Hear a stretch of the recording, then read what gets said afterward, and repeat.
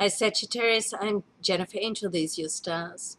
Now, if Jupiter's still there and right through to the middle of next year in your solar seventh house, this is a lucky in love period for you. Now, this week particularly, it has a favorable connection aspect with Lady of Love, Venus, and it's sitting in your solar ninth house, which indicates that you could very well cross paths and meet somebody that is true love capacity, so soulmate capacity. Okay, so and for you really to connect with a love mate, Sagittarius, you really need to have that whole mind body spirit connection.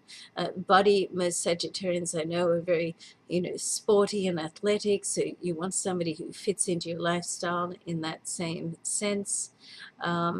You're certainly a knowledge seeker, so you need someone who you can communicate with, and you need someone who really follows your values of spirituality, whatever that is.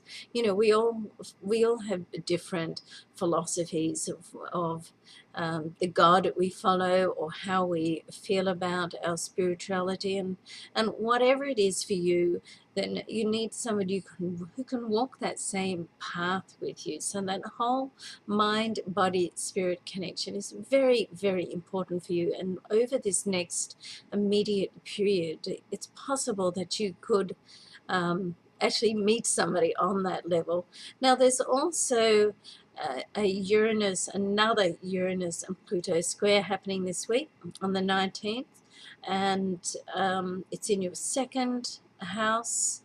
Pluto sits there in your second house of money and possessions, and Uranus is in your solar fifth house of social activities, networking, teamwork. So you want to connect with people, and keep in mind that generally an idea can be thought up by one person, but rarely is it brought to fruition without a teamwork. And you have the capacity to work in both levels, Sagittarius, because you're very much a visionary person.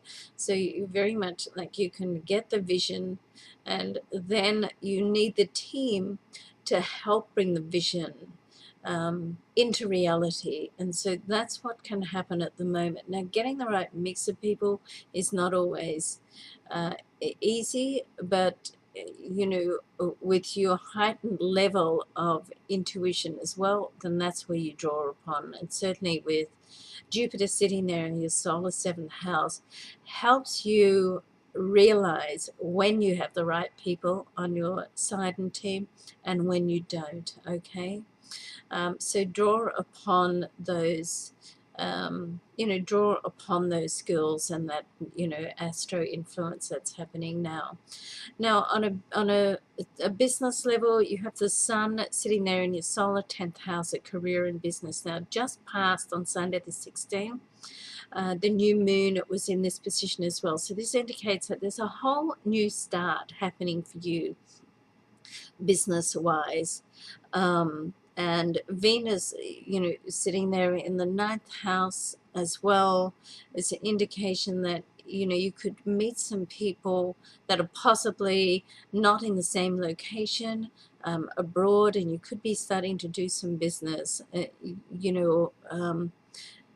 that level, abroad, or certainly interstate, or far away places, let's say. And let's face it, with the internet the way it is and technology, I mean, anyone can do business from any corner of the world, and certainly you're well positioned to do that as a star sign. And with Venus sitting there at the moment in that position, it can certainly connect you to the people that can help you broaden your career further. Now, the sun is still there, and last week's new moon, as I said, this is indication of a whole new start coming together.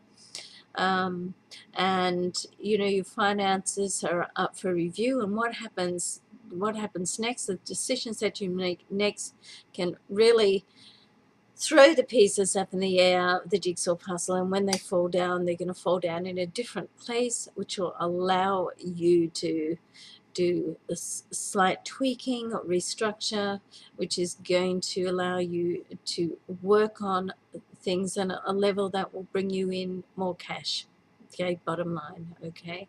However, to get to that point, then, you know, if you want things to be different, then you have to do things differently. Okay.